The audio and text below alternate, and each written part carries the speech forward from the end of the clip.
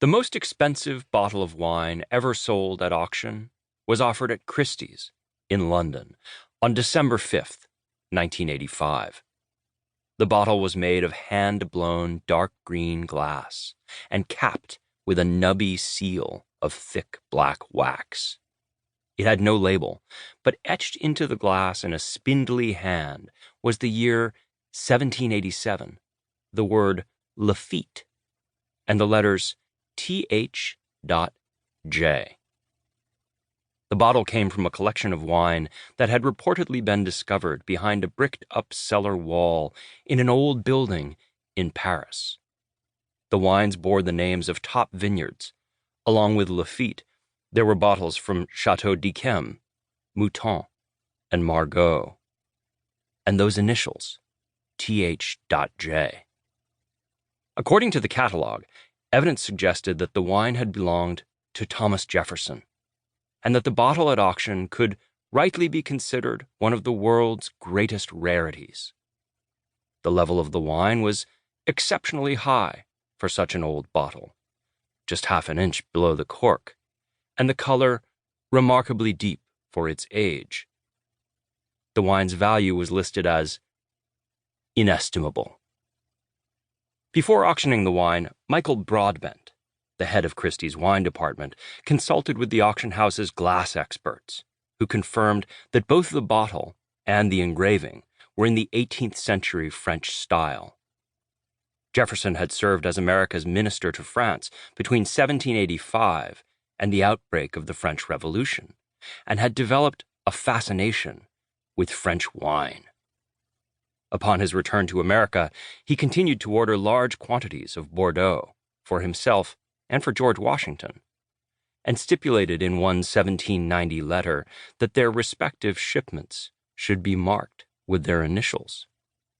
During his first term as president, Jefferson spent $7,500, roughly $120,000 in today's currency, on wine, and he is generally regarded as America's first great wine connoisseur.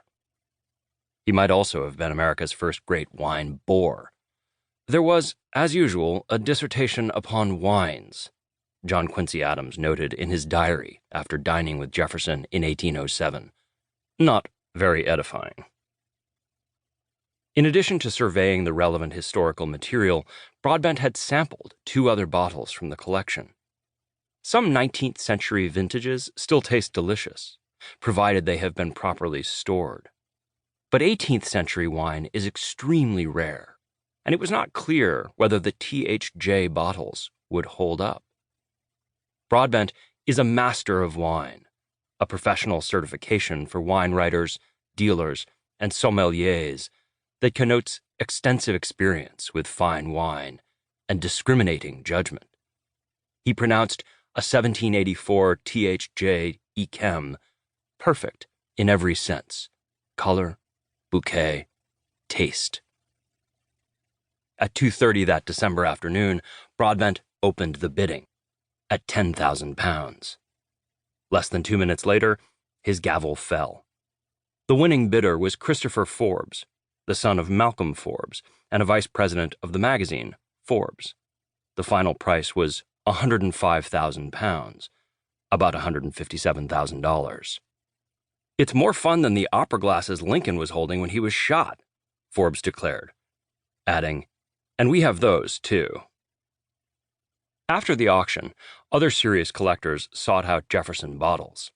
The publisher of Wine Spectator bought a bottle through Christie's. A mysterious Middle Eastern businessman bought another. And in late 1988, an American tycoon named Bill Koch purchased 4 bottles. The son of Fred Koch, who founded Koch Industries, he lived in Dover, Massachusetts, and ran his own highly profitable energy company, the Oxbow Corporation. His brothers Charles and David would become well known for their sponsorship of conservative political candidates and causes.